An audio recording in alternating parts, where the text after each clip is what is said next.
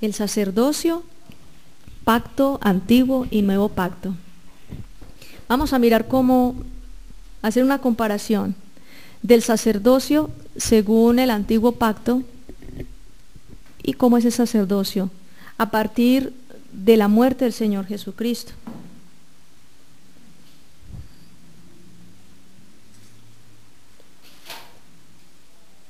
Vamos a comenzar diciendo algo de Hebreos capítulo 2. Habíamos quedado pendiente de leer del versículo 14 al versículo 18. Ahí nos muestra la escritura que Jesús tenía que participar de la naturaleza humana. Se despojó de su condición de Dios, participó de la naturaleza humana precisamente para lo que Él tenía que hacer como ser humano, sin ninguna característica de deidad para nada, totalmente despojado de su condición de Dios, sino desde su condición humana. Lo que Él hizo, trajo, eso es una ley espiritual. Lo que Él hizo como ser humano fue ministrado, fue extendido legalmente a todos los seres humanos, a toda la humanidad. Esa extensión de su propia determinación, de su obediencia, de su humildad, de su muerte, de esa expiación que hizo en la cruz, eso se extendió, el efecto espiritual de lo que Él hizo como ser humano se extendió a toda la humanidad, porque era necesario que se hiciera bajo las mismas condiciones. Amén. Era necesario. Y les digo por qué. Cuando una persona moría, quedaba bajo el poder de la muerte. Eso lo sabíamos, ¿cierto? Cuando una persona moría, antes de que Cristo muriera en la cruz, todavía la muerte no había sido vencida, ¿se acuerdan? La muerte no había sido vencida. Entonces, cuando una persona moría, quedaba bajo el poder de la muerte y nunca podía regresar al mundo de los vivos. Pero Jesús, al morir, estando al mismo nivel de la condición humana, se levantó de entre los muertos. O sea que Jesús, en toda la historia de la humanidad, Jesús fue el único que se levantó de entre los muertos, que venció a la muerte. Entonces póngale cuidado, cuando Él venció a la muerte, dice en Apocalipsis 1:18 que Él le arrebató las llaves al diablo del Hades y la muerte. Al decir que le arrebató las llaves, Él recuperó la autoridad. Él le quitó el poder que la muerte le había quitado a Adán por el pecado. Lo que Él hizo fue restaurar esta situación. Lo que hizo fue restaurar la autoridad sobre la muerte. Entonces, al levantarse entre los muertos y resucitar, volvemos a hablar lo mismo. Hubo como esa impartición de que todos los seres humanos, a través de Jesucristo, ya no moriremos eternamente. O sea, ya a nosotros no nos domina la muerte.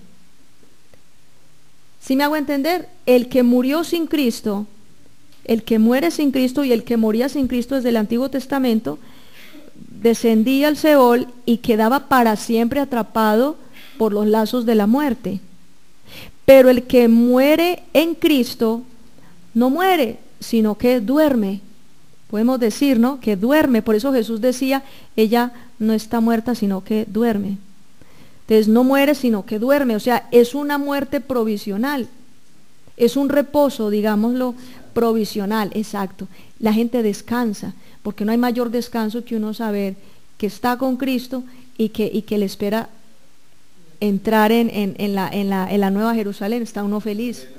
Desde que una persona parte a la eternidad con Cristo, de antemano ya está feliz y está en reposo, te está descansando. Ya la muerte no se puede enseñorear de nosotros, ¿sí? De las otras personas sí, porque las atraparon los lazos de la muerte es juzgada y es echada al lago de fuego y azufre, como dice en Apocalipsis. Y asimismo los que están bajo el poder de la muerte también serán lanzados al lago de fuego, por la misma impartición. Lo que le pertenece a la muerte se va con ella. ¿Sí entienden? Eso es tremendo. Es que es tan fuerte eso, hermanos. Entender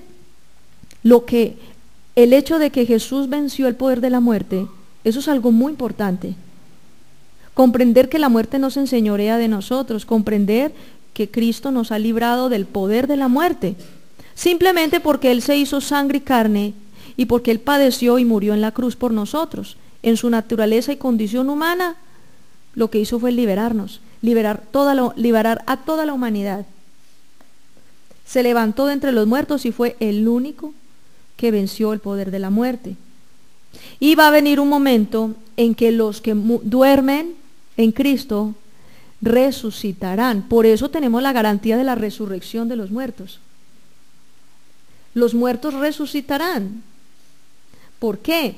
Porque la vida que Cristo da, como venció a la muerte, Él logró la vida, ya no es una vida temporal en este mundo, sino que es una vida que viene desde la eternidad, vida eterna.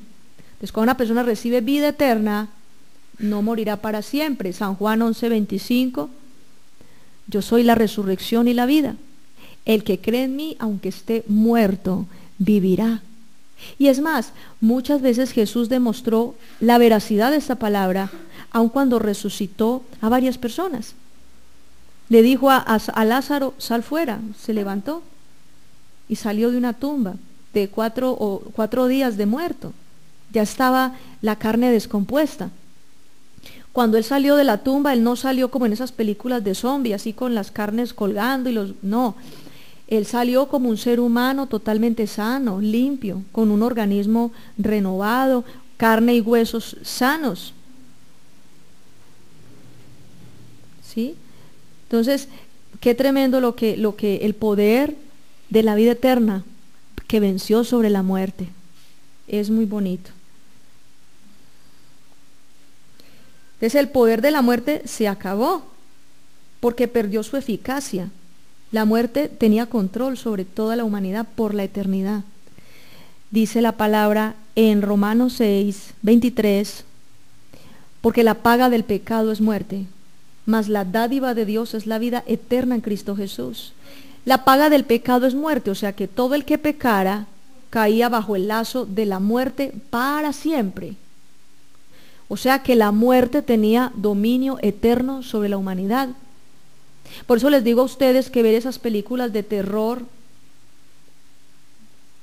de estos espíritus de muerte, ver esas películas donde aparece el monje ese con la hoz en la mano, esos grupos musicales de rock que el mago de Oz, en todo donde se invoca la muerte, películas donde se invoque la muerte, canciones donde se invoca la muerte, todo esto lo que trae a los seres humanos es muerte, dominio de la muerte sobre los seres humanos. Pero Cristo vino para vencer el poder de la muerte, y ya la muerte no domina eternamente, ya la muerte no domina. Eso es la mejor noticia. Jesús se enfrentó al diablo como hombre y venció a la muerte. Tremendo.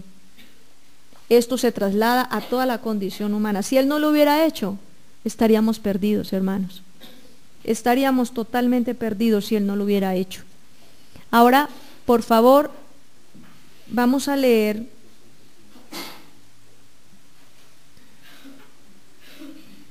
Hebreos capítulo 4, del versículo 14 al 16.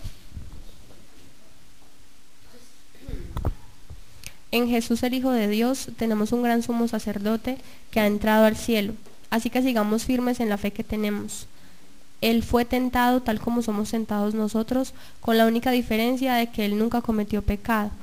Entonces acerquémonos con confianza al trono de Dios, que es generoso. Allí recibiremos su compasión y su bondad para ayudarnos cuando lo necesitemos. Y Hebreos capítulo 5, del 1 al 10. Ahí mismo. Todo sumo sacerdote es elegido de entre los hombres. Este sacerdote está encargado de ayudar al pueblo en su servicio a Dios, haciendo ofrendas y sacrificios por los pecados. Él es un hombre débil como los demás, por eso es comprensivo con los que pecan por ignorancia. El sumo sacerdote ofrece sacrificios por los pecados de la gente, pero como él también tiene debilidades, tiene que ofrecer sacrificios por sus propios pecados. Es un honor ser un sumo sacerdote, pero nadie elige por sí mismo ese trabajo, sino que tiene que ser llamado por Dios, tal como fue llamado Aarón. Lo mismo sucede con Cristo. No fue él, sino Dios, quien le dio el honor de ser sumo sacerdote. Dios le dijo: tú eres mi hijo, hoy me he convertido en tu padre. Y en otro texto dice: serás sacerdote para siempre, tal como fue Melquisedec. Cuando Cristo vivió en la tierra, oró a Dios y le pidió ayuda, porque era el único que lo podía salvar de la muerte. Jesús oró llorando y suplicando a gritos, y Dios respondió a sus oraciones porque Jesús era humilde y hacía todo lo que le agradaba a Dios. A pesar de ser su hijo, aprendió a obedecer por medio de todo lo que sufrió. Así que Jesús cumplió con todo lo que tenía que hacer. Por eso todos los que lo obedecen pueden tener salvación eterna, y Dios lo nombró sumo sacerdote tal como hizo con Melquisedec. Amén. Entonces hay varias cosas ahí muy importantes con respecto al sacerdocio. Primero que todo, Jesús dice en el versículo 18, Hebreos 5:18, dice que Jesús tuvo que aprender lo que era la obediencia. Desde pronto algunos dicen: oh, entonces Jesús era rebelde. No es que Jesús era rebelde. Recuerden que Jesús estaba en el principio con Dios, Padre, Hijo y Espíritu Santo. En la eternidad, Jesús era Dios. ¿Sí? Jesús era Dios, y dice en Filipenses que él tuvo que despojarse. Filipenses 2, se despojó de su condición de Dios. Entonces, pónganme por favor atención, ¿sí? Ahorita seguimos leyendo allí. Miren lo que pasa. Como Jesús era Dios, Dios no obedece a nadie. Nadie le da órdenes a Dios, ¿sí o no? Porque Él es Dios. Entonces, una de las cosas que Jesús aprendió al hacerse humano era ser obediente. Adán fue humano desobediente, pero Jesús tenía que ser humano obediente para poder resarcir, para poder corregir legalmente la infracción que había cometido Adán. ¿Era necesario la obediencia? Jesús tuvo que aprender a ser obediente. Dice acá la escritura, en el 8, a pesar de ser su hijo, Hebreos 5:8, a pesar de ser su hijo, aprendió a obedecer por medio de todo lo que sufrió. Padre, si quieres, pasa de mí esta copa, pero que no se haga mi voluntad, sino la tuya. Decía en el Monte de los Olivos, orando. Dice que fue una gran tristeza, una gran aflicción. Y él le dijo al Padre que se haga tu voluntad y no la mía. Entonces allí fue una obediencia tan profunda y tan absoluta que esa obediencia se impartió a toda la condición humana, en donde el que crea en Jesús recibe los beneficios de la obediencia. ¿Cuáles son los beneficios de la obediencia? La salvación. ¿De acuerdo? Que la fe, creer en Jesús por fe, no es afirmar que sí, que Él existe, sino obedecer. Por obediencia, actuar en obediencia al Señor. Él era Dios y se hizo siervo. En su condición de Dios no tenía que obedecer a nadie, pero al hacerse siervo tuvo que aprender lo que fue la obediencia. Entonces, ese sacerdocio fue un sacerdocio basado en la obediencia a Dios. A diferencia de otros sacerdotes, como por acá decían, es que los sacerdotes a veces hacían lo que querían. Vemos en la escritura en el Antiguo Testamento que hubo muchos sacerdotes que fueron negligentes, ¿cierto? Y fueron juzgados por Dios. Por ejemplo, el sacerdote Elí, que tuvo esos dos hijos que cometían inmundicia sexual en la misma casa de Dios y que hacían tantas cosas, y Elí nunca los corrigió, dejó que ofendieran a Dios una y otra vez. Entonces vino palabra del Señor por medio de Samuel, el profeta, donde Dios decide cortar a Elí y toda su descendencia. Tremendo. ¿En qué otro caso? estos sacerdotes, ¿cómo es que se llamaban? Nadab y Abiú, que ofrecieron incienso extraño al Señor y también fueron juzgados. Los sacerdotes que en vez de proclamar la palabra y exhortar al pueblo y corregir lo que está haciendo mal, los sacerdotes que le hablaban al pueblo palabras halagadoras, no les estorbaban al pueblo en el pecado. ¿Se acuerdan? Que muchas veces en el profeta Jeremías, en el libro de Jeremías, que hablaba contra los sacerdotes que no estorbaban el pecado, que se quedaban callados, que no exhortaban, que no enseñaban la palabra. Entonces uno siempre ve un sacerdocio imperfecto, un sacerdocio no basado en la obediencia a Dios. Habían sacerdotes que obedecían a Dios, claro está, pero en su gran mayoría, prácticamente muchos de los... Es más, el sumo sacerdote Caifás fue el que conspiró para que crucificaran a Jesús, y era sumo sacerdote. ¿Te se da cuenta la diferencia? El sumo sacerdote humano. Por eso, cuando las tradiciones religiosas establecen a un hombre que le llaman papa, sumo sacerdote le dicen que es infalible porque según ellos nunca se equivoca y que es la autoridad de Dios en la tierra, eso es perverso, porque es poner a un hombre por encima de Jesús. O sea, después de que Jesús ofició en el santuario, en el tercer cielo, ofreciendo su propia sangre en sacrificio, ya no hay otro sacerdote que lo supere a él. Él es el sumo, ya no hay sumo sacerdote. ¿Sí sabían eso? Entonces las religiones que llamen a un líder espiritual sumo sacerdote están cometiendo una herejía. Es una herejía, porque el sumo sacerdote solamente hay uno, y es Jesucristo, sumo sacerdote. Quiere decir de que Él es el sacerdote jefe de todos los sacerdotes, de que Él es la autoridad máxima que tiene el poder y la libertad para entrar ante la presencia de Dios mismo. El verdadero sacerdote es el jefe, el general en jefe. Entonces, en Filipenses 2:7, ¿cómo dice ahí la escritura? Ahí como lo tiene. Filipenses 2:7, mire que habla de la condición que tenía, de lo que sucedió cuando Dios le dio a Jesús un cuerpo. Sucedió algo. Al contrario, Él se quitó ese honor, aceptó hacerse un siervo y nacer como un ser humano, al vivir como un hombre. Así, entonces, Jesús aprendió dos cosas: la obediencia y el servicio. Porque Dios no sirve a nadie. Dios no es siervo de nadie, ¿sí ve? Entonces, al despojarse su condición de Dios, tuvo que aprender lo que era servir. Y vemos que en la escritura Él fue ejemplo de servicio. Le lavó los pies a los discípulos y le dijo: ejemplo les he dado para que así como yo hago, vosotros también hagáis. No para que uno le lave los pies a todo el mundo, no, para que uno sirva, porque es que ese es el sentido de nuestra vida cristiana, servir a los demás. El servir, la humildad.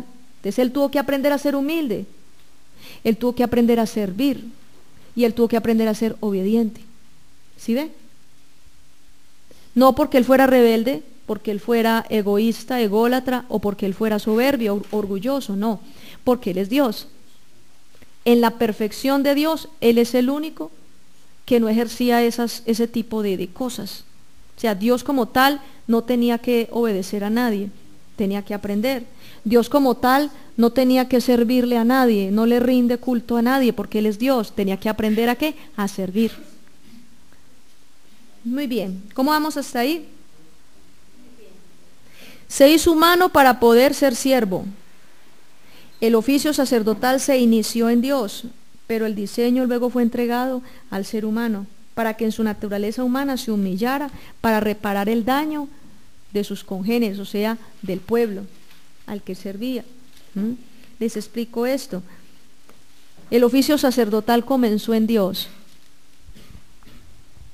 Resulta que la palabra del Señor habla en Génesis 3:21 de que el primer sacrificio de animales para expiación de los pecados lo realizó Dios mismo, al hacerle vestidos de piel de animales a Adán y a Eva. O sea, les hizo vestidos de piel, no porque la piel salió de por ahí pues de la nada, no. Dios mismo hizo el primer sacrificio, o sea, Él hizo la primera expiación, Él fue el primer sacerdote. ¿Sí sabían eso? Qué bonito.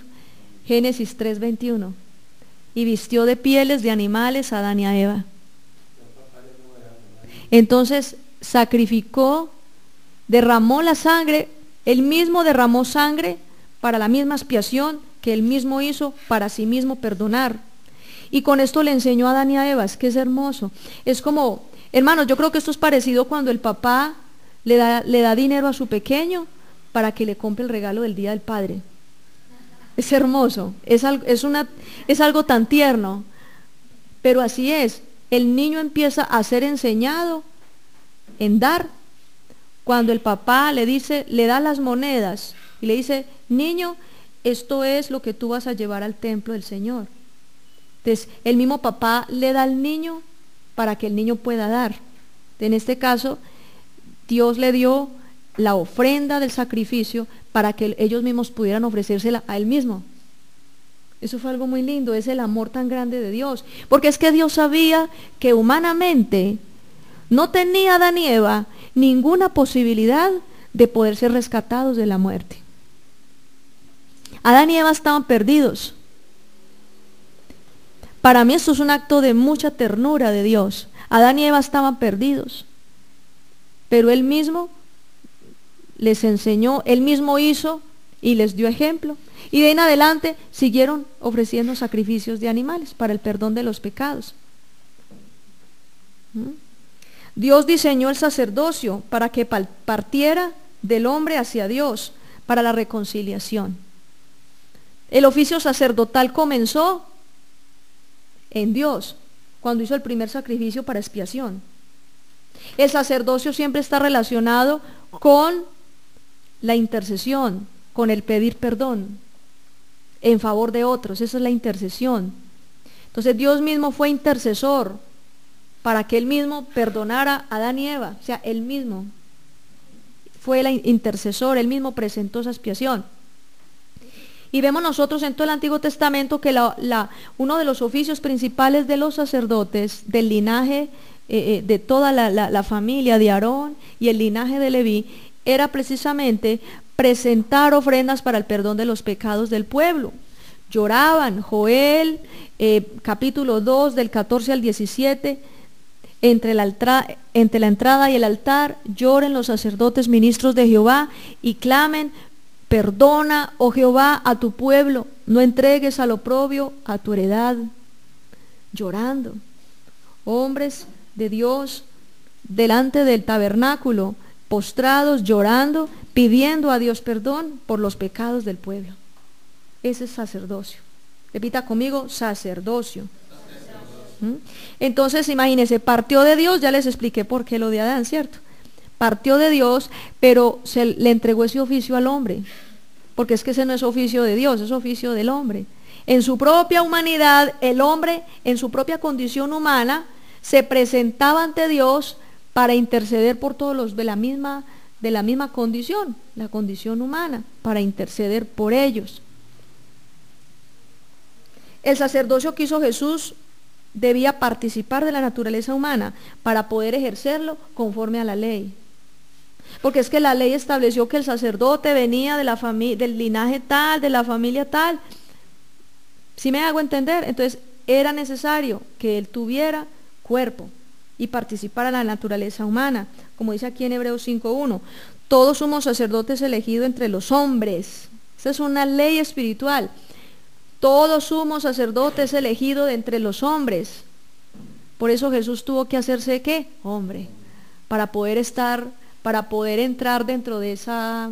Es como cuando se va a contratar a un técnico en sonido.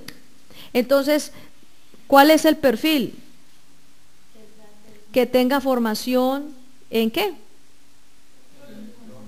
que tenga conocimientos en electrónica. Entonces se reciben todas las hojas de vida de los que tengan conocimiento en la electrónica. Es que yo sé panadería y yo soy buena persona. No, no sirve. No, es que yo soy buen barrendero. Téngame en cuenta ahí. No, no sirve. Tiene que tener conocimiento en electrónica. Lo mismo, era necesario para Jesús poder ser postulado como sumo sacerdote, debía ser humano. Esa era la condición, esa es la ley espiritual que estaba operando allí. La obediencia entonces de Jesús restauraría el orden y la autoridad de Dios en la tierra, porque Adán desobedeció, un hombre desobedeció, pero un hombre obedeció. No es que un hombre desobedeció, Dios obedeció, no. Ahí no habría igualdad de condiciones, porque es que Dios es justo.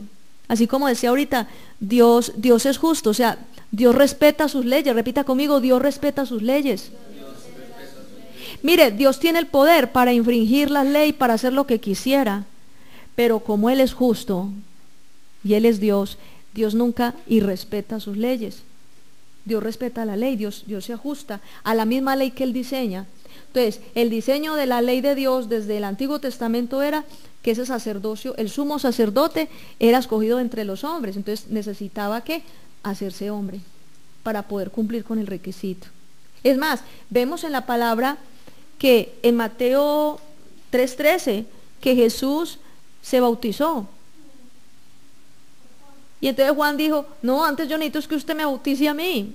Es el Cordero de Dios que quita el pecado del mundo y viene es que para que yo lo bautice. Qué hermoso. Pero Él se sometió a la ley. Él obedeció. ¿Sí ve?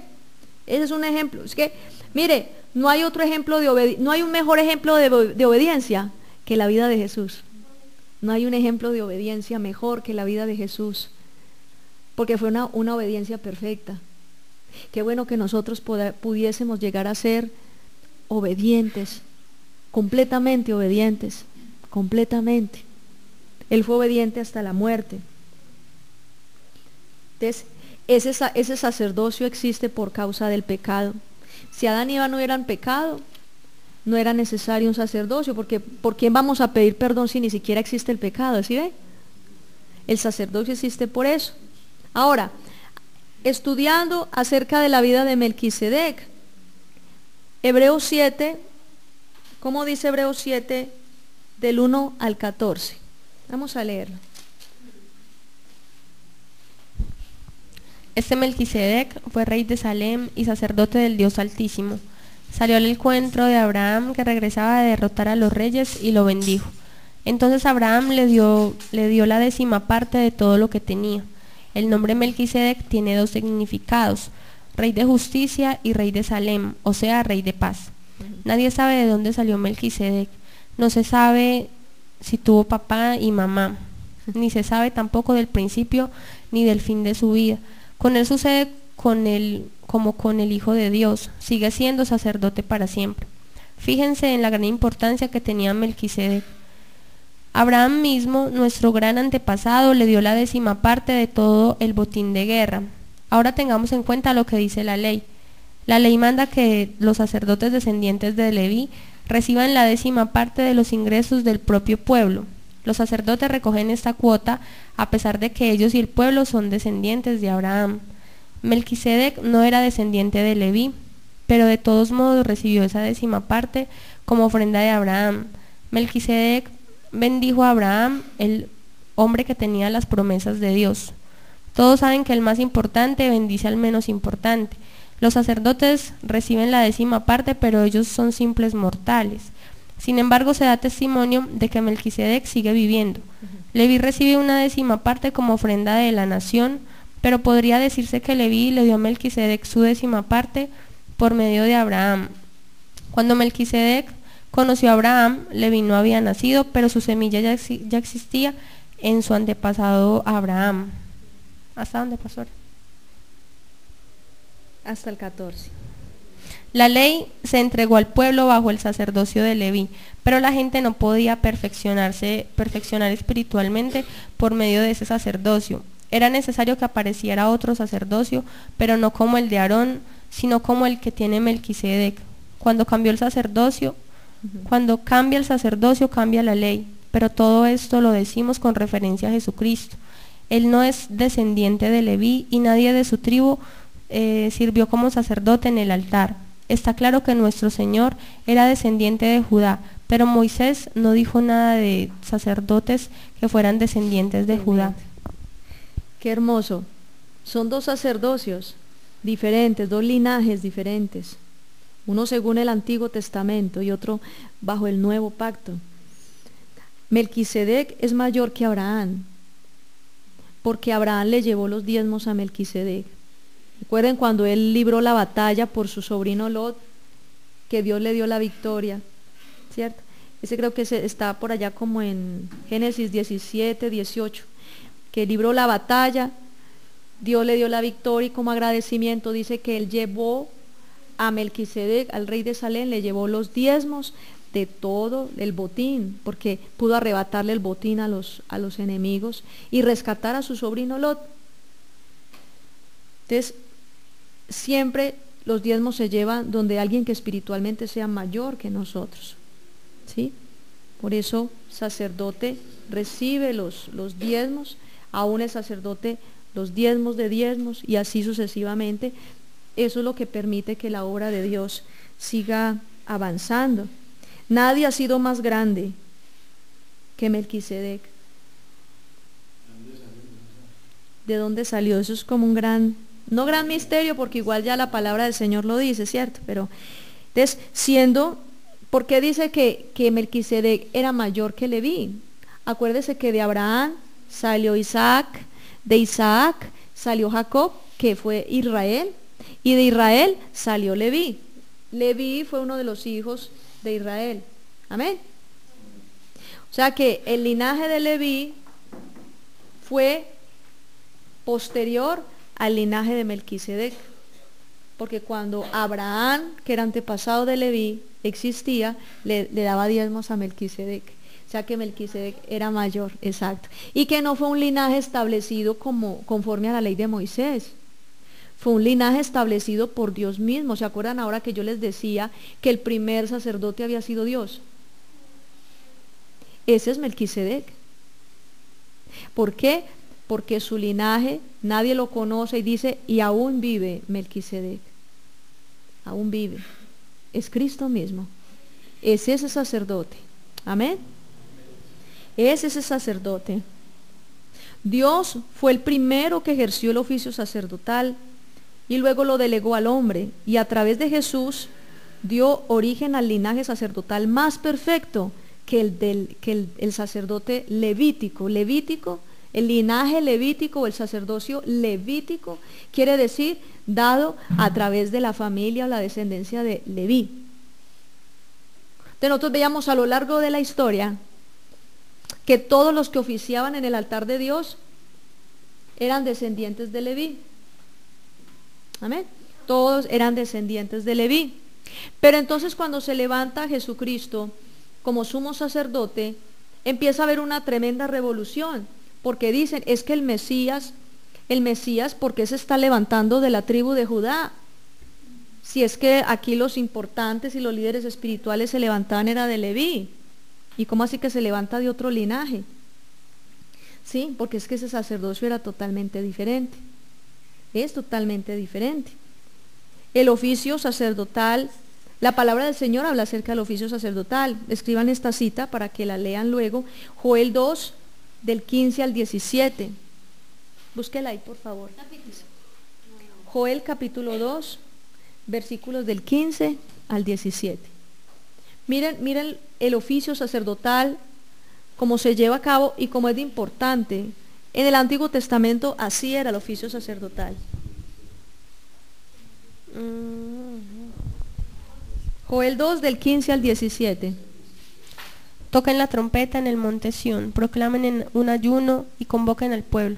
Reúnan al pueblo, que se purifique la asamblea. Reúnan a los ancianos, traigan a los niños, incluso a los bebés, que son recién casados, suspendan su luna de miel. Que los sacerdotes, siervos del Señor, lloren entre el patio y el altar diciendo: ten compasión de tu pueblo, Señor. No dejes que las naciones se burlen de lo que es tuyo. Que no digan los demás pueblos: ¿dónde está su Dios? Entonces ahí lo que habla es del sacerdote que se humilla, se presenta ante Dios en favor de ¿quién? Del pueblo. Clama para el perdón de los pecados ¿de quién? Del pueblo. ¿Delante de quién? De Dios. Ese es el principio sacerdotal. Jesús lo hizo de una manera más perfecta que los sacerdotes del Antiguo Testamento. Dice la palabra del Señor en el libro de Hebreos que los sacerdotes tenían que presentarse delante de Dios a ofrecer sacrificios por los pecados del pueblo, pero también tenía que ofrecer sacrificios por sus propios pecados, que eran seres humanos, sujetos a pasiones, que le fallaban a Dios, seres imperfectos. Tenían que entrar y primero ofrecer sacrificios por ellos mismos y luego por los pecados del pueblo. Por eso cuando las tradiciones religiosas y diferentes corrientes religiosas tienen líderes espirituales y la gente los ovaciona, los idolatra, los tiene como dioses, eso es una herejía. Es una herejía simplemente, así de sencillo. Uno ve diferentes herejías, diferentes corrientes religiosas, como esta gente de Creciendo en Gracia, con ese señor José Luis de Jesús, ¿cierto? José Luis, el que se dice que él es el Jesús hombre, que él es el Mesías. Esa secta por allá, yo no sé dónde es, como por Anasia, un señor que murió y la esposa quedó al frente como la pastora, que el Mesías, y están esperando que él resucite. A mí se me olvidó el nombre, pero eso es como la iglesia, ¿cómo es? La iglesia universal, algo así se llama. Es una cosa perversa. Y yo vi un video cuando entra esa señora, están todos en esas canciones y los coros y la gente ahí con las manos, y esa señora entra al recinto y cae un poco de gente al suelo. Y entonces uno dice: ¡ah, la gloria de Dios! No, ¿cuál gloria de Dios? Demonios que ministran. Ese frenesí y esa cosa espiritual diabólica tan fuerte, que mucha gente cae ahí. O sea, no caen por el poder de Dios, caen es por la administración del diablo. Y esta mujer dice que ella es el Mesías reencarnado, que ya el esposo se reencarnó en ella, y eso es una cosa asquerosa. Cosa asquerosa también como lo que sucede con el papado del Vaticano, que le besan el anillo, le besan la mano, que todo lo que él escribe y lo que él determina, eso se vuelve ley para toda la comunidad católica en el mundo. Ni siquiera escudriñan en la Biblia si lo que ese señor dice es ajustado a la palabra de Dios. Que porque las cartas que saca el Papa en el Vaticano las ponen por encima de la Biblia. Ayer nada más estaba yo en un lugar y pedí, ayer viernes, el viernes, estaba en un lugar y yo pedí un trozo de carne, pues con ensaladita, comer. Y entonces una señora voltea y me mira y me dice: ¡oh! ¿Y usted va a comer carne en día de vigilia? Entonces yo le dije: ¿y qué es para usted la vigilia? Entonces me dice: pues comer pescado, que uno no puede comer carne y no comer pescado. Y yo le dije: no, mire, la Biblia dice que vigilia es un tiempo especial que uno destina en horas de la madrugada para estar en comunión con Dios, para velar, para orar y para santificarse. Eso es un tiempo de vigilia, como la vigilia sale la palabra vigilante. El vigilante, ¿qué hace? No se duerme, a no ser que sea un mal vigilante y se ponga a roncar ahí y deje que lo roben.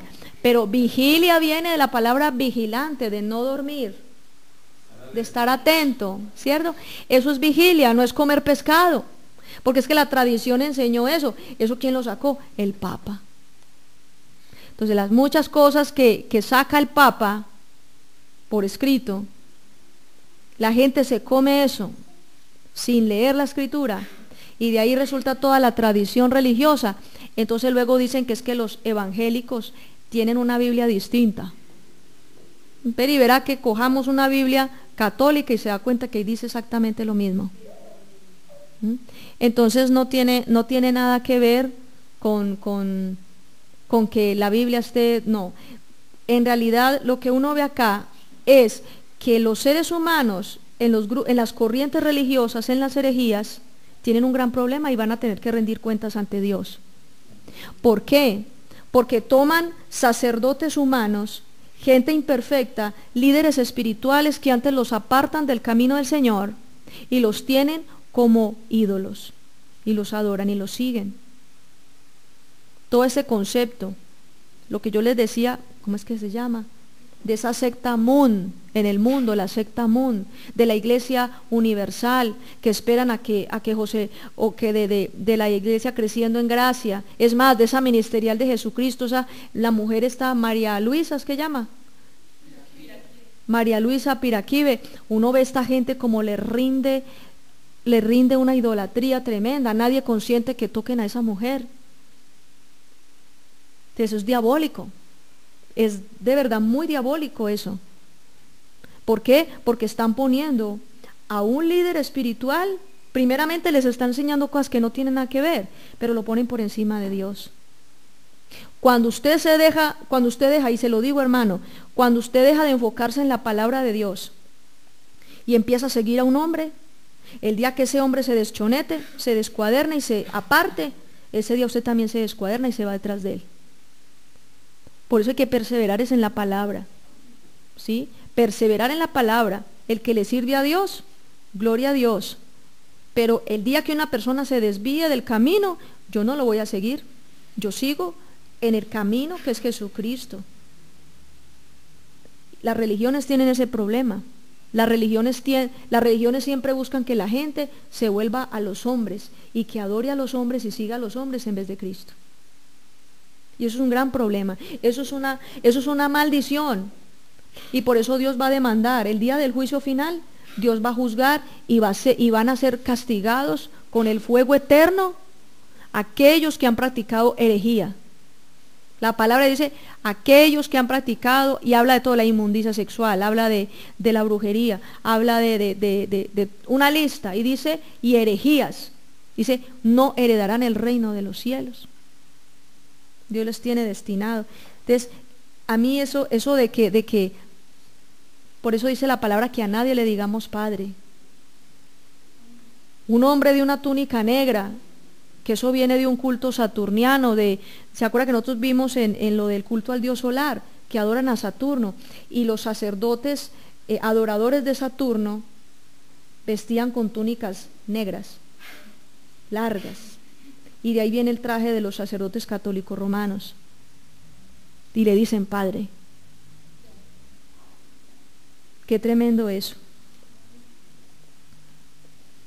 Que nosotros no debemos adorar a los hombres, sino a Dios. Amén. Él es el único digno de adoración. Ahora, allí en el versículo 22 de Hebreos 7, léalo por favor. Hebreos 7, versículo 22.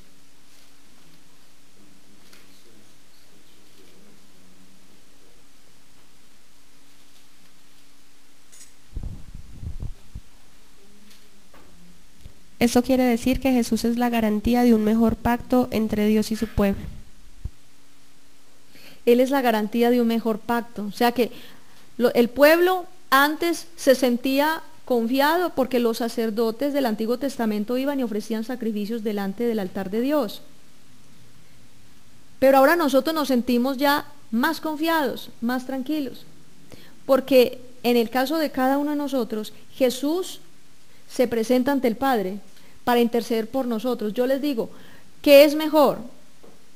Que un sacerdote del linaje de Leví se presentara en el altar, ofrecer sacrificios por sus pecados y los pecados del pueblo, a pedir perdón por el pueblo, el perdón de los pecados, o que Jesús no entre a ese tabernáculo, sino que entre al cielo mismo, a la casa del Señor, y se presente él mismo como sacrificio. ¿Cuál es el sacerdocio? ¿Cuál es el mejor sacerdocio de esos dos? Para ustedes, ¿cuál es mejor? ¿Ah? El sacerdocio de Jesús, claro, porque es que él llega, ¿sí? Sin intermediarios. Él llega directamente. Es como cuando usted tiene un problema ¿Y qué prefiere usted? ¿Hablar con la señorita ahí de la casilla de atención al cliente, o usted ve que está pasando el gerente comercial? A hablar con el gerente, así es. Llegar de una, claro que sí.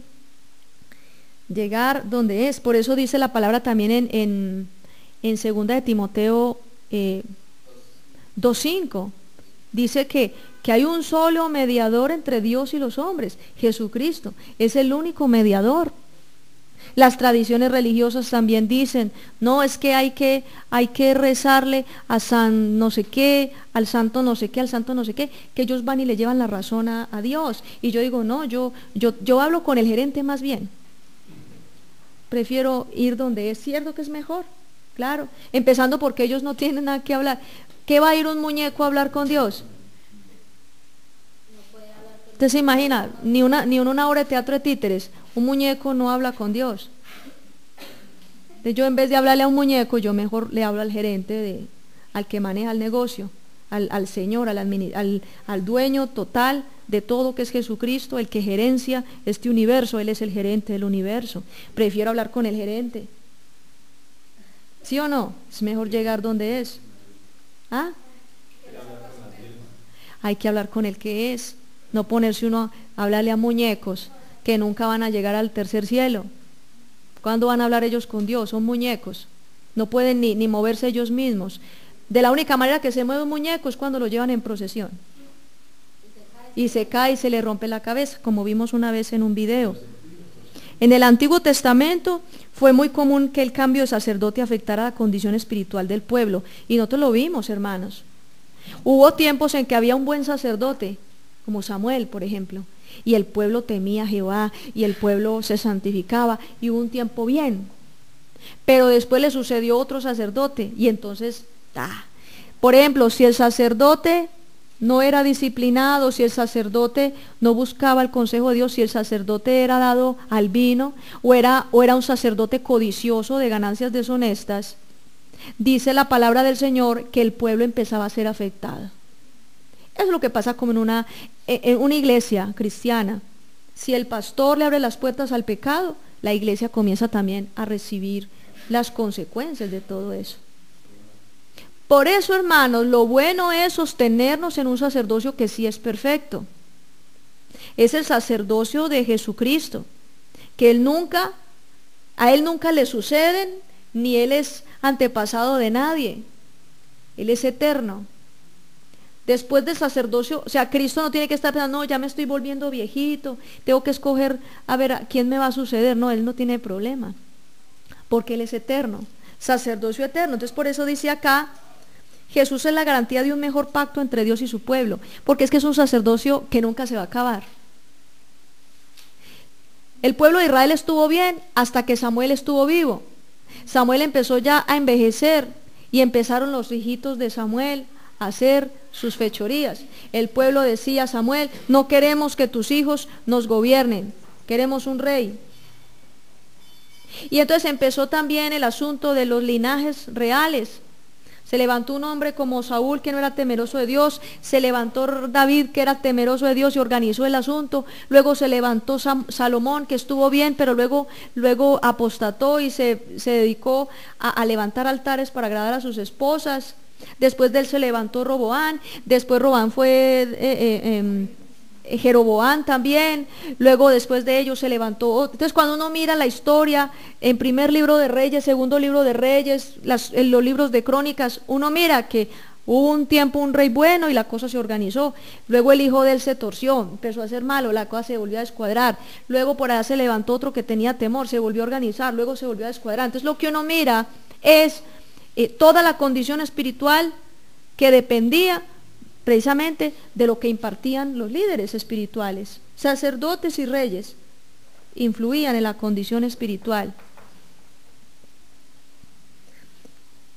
Entonces se afectaba la condición, entonces, ya que moría uno temeroso de Dios, pero se levantaba otro ofreciendo incienso extraño, lleno de glotonería.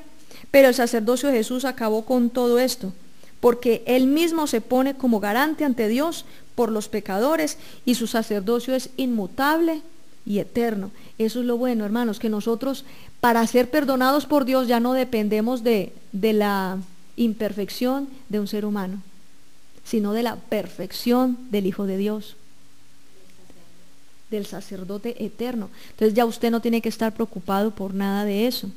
La gente que en las religiones dependen de la condición espiritual, por ejemplo, los curas.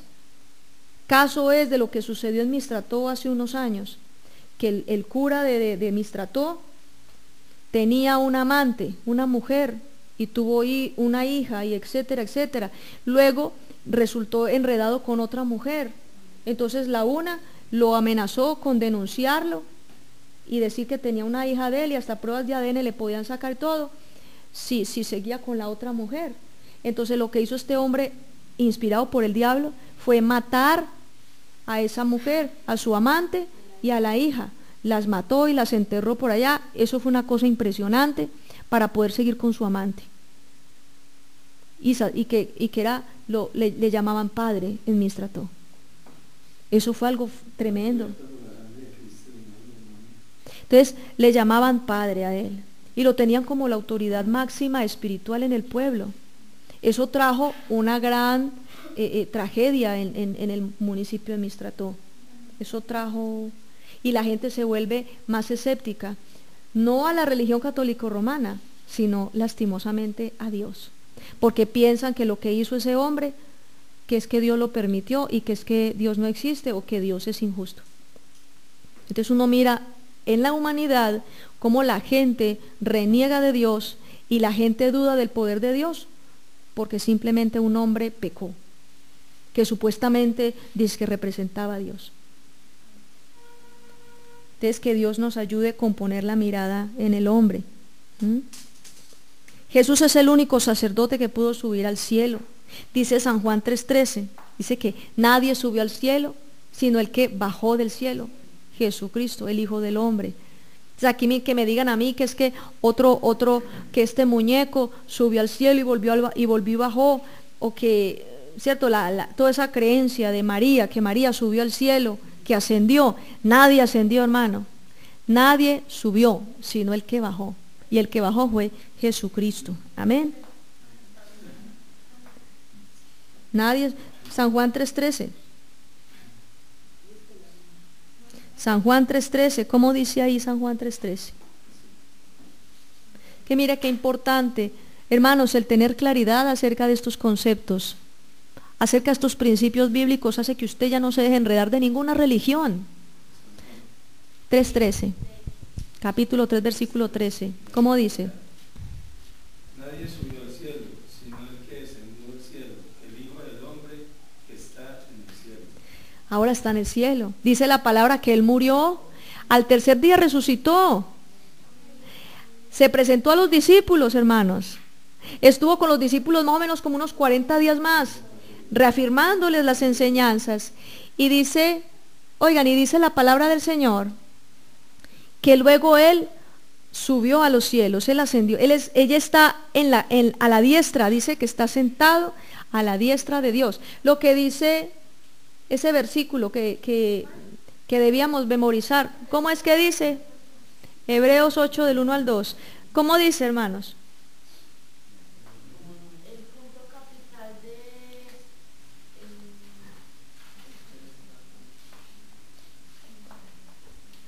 ¿Cómo dice? Este es el asunto principal que estamos tratando. Nuestro sumo sacerdote está sentado en el cielo a la derecha del trono de Dios y sirve en el lugar santísimo, el verdadero lugar de adoración que fue hecho por Dios, no por los seres humanos. Amén. Entonces nosotros no podemos, hermanos, decir que ese que llaman el Papa, que lo llaman sumo sacerdote, eso no es cierto, que Él asciende y está sentado en la diestra de Dios. Eso es una herejía. Y la gente lo ve como santo. Es más, la mayoría de esos papas que han muerto los canonizan, o sea, los declaran santo. La canonización es una herejía. La canonización es considerar a alguien como santo sin serlo. Es más, bajo el pecado de idolatría, bajo el pecado de blasfemia contra Dios. Considerar que alguien es santo, ¿sí ve? Considerar que alguien es santo Dice la palabra del Señor que el único sumo sacerdote es Jesucristo. A nadie le pueden llamar sumo sacerdote, hermanos. A nadie le pueden llamar sumo sacerdote, a nadie le pueden llamar padre, a nadie pueden idolatrar. Hay que poner mucho cuidado. Hemos visto a lo largo de la historia de la humanidad cómo grandes hombres de Dios, usados por Dios, en un momento del camino, se han torcido. Se desvían a herejías y eso se llevan arrastrado un poco de gente. ¿Por qué los arrastran? Porque ponen en la mirada en el hombre y no en Jesucristo, no en su palabra. Entonces que el Señor nos ayude con eso. Les dice la palabra allí, hermanos, como estábamos leyendo. Igual el versículo Hebreos 7, del 23 al 25. Igualmente habían muchos sacerdotes, porque cada uno de ellos moría, no podía seguir en su cargo. Entonces vemos, Jesús nunca muere. Dice, estuve muerto, pero ahora vivo, dice en Apocalipsis, y viviré por los siglos de los siglos. Estuve muerto, pero ahora vivo. La palabra vivo significa eternamente, porque Él venció a la muerte en la cruz del Calvario, no por ser Dios, sino porque se hizo humano y obediente. Se hizo obediente como ningún ser humano. Amén. Y dice, pero Jesús vive para siempre. Repita conmigo, Jesús vive para siempre. Y nunca dejará de ser sacerdote. Ese es un sacerdocio perfecto, ¿cierto? Entonces puede salvar para siempre a los que vienen a Dios por medio de Él. La persona que se arrepiente de pecado y viene ante la presencia de Jesucristo a pedirle perdón como sacerdote que le limpie de pecado, ¿lo salva por un momentico o para siempre? ¿Sí ves? Eterno, salvación eterna, ¿sí? Y está listo para ayudarnos cuando se presenten ante Dios. O sea que Jesucristo no solamente intercede por nosotros ante el Señor y nos salva para siempre, sino que cada vez que nosotros tenemos dificultades, cada vez que nosotros, dice la palabra, que si pecáramos involuntariamente, como dicen por ahí, se nos chispotea. Dice la palabra del Señor, vamos a esa escritura que es, de verdad es algo maravilloso, lo que dice la palabra en primera carta de Juan, capítulo 2, versículo 1 y 2, miren lo que dice: hijitos míos, les escribo esto para que no pequen, pero si alguno peca, tenemos un defensor ante Dios. ¿Quién es? ¿La Virgen del Carmen? ¿La Virgen de Chiquinquirá? ¿San Antonio? ¿Quién? Jesucristo. Es el único. El único. ¿Cómo les parece que el único que acepta al Padre en ese lugar santísimo, el único que acepta es a Jesús? Ningún muñeco puede subir allá, eso sí. Si ni se pueden mover en este mundo natural, menos para subir. Entonces, ningún muñeco puede subir allá. Ningún demonio puede subir allá. El único que puede presentarse ante el Padre en favor de nosotros es Jesucristo el justo. Él sacrificó su vida para quitar nuestros pecados, y no solo los nuestros, sino de todo el mundo. Está hablando, todo aquel que acepte a Jesús como Salvador y crea en Jesús, será salvo. Está hablando de una capacidad, mire, de un poder eterno y absoluto que tiene Jesús como sacerdote de toda la humanidad. Ese sacerdocio está por encima, hermanos, del sacerdocio del Antiguo Testamento. Ese sacerdocio está por encima de los falsos sacerdotes de hoy en día, de que se ponen una túnica negra, o los que se visten de blanco para parecer más espirituales, o los que se ponen cosas raras y blanquean los ojos. Todos esos líderes espirituales de sectas de la nueva era, del rosacrucismo, del zoroastreísmo, del budismo, del hinduismo, de todas estas religiones, todos estos sacerdotes son sacerdotes de Satanás. Ninguno de ellos venció la muerte, ninguno de ellos ascendió al cielo, ninguno de ellos puede tener un sacerdocio eterno. Ninguno de ellos ni siquiera puede entrar y presentarse ante el Padre para interceder por nosotros. Esa es la importancia, hermanos, del sacerdocio de Jesús.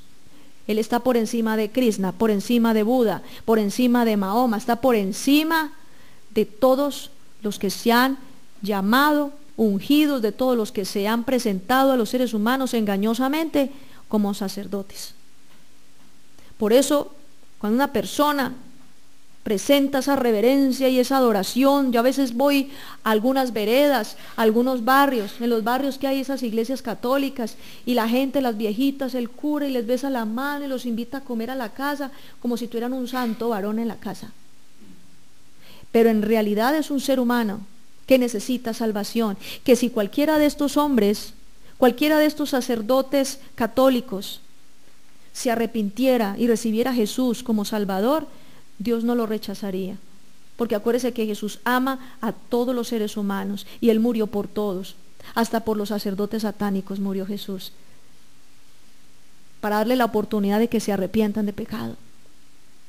Entonces, el sacerdocio es tan valioso. Ahora, como dice en la palabra del Señor en una de las cartas de Pedro, que Él a través de su muerte fue sumo sacerdote, pero Él nos nombra a nosotros sacerdotes también. O sea que ahora somos nosotros también sacerdotes, porque a través de la muerte de Jesús podemos entrar libremente ¿a dónde? Al lugar santísimo. Usted puede entrar al lugar santísimo y pedirle perdón al Señor por los pecados de su papá, pedirle perdón al Señor por los pecados de su mamá, pedirle perdón al Señor por los pecados de su tía, pedirle perdón al Señor por los pecados de su papá, de su abuelito, pedirle perdón al Señor por los pecados de los habitantes de esta ciudad, pedirle perdón al Señor por los pecados de todos los jóvenes que se están depravando, que se están desviando, por los gobernantes. Eso es sacerdocio.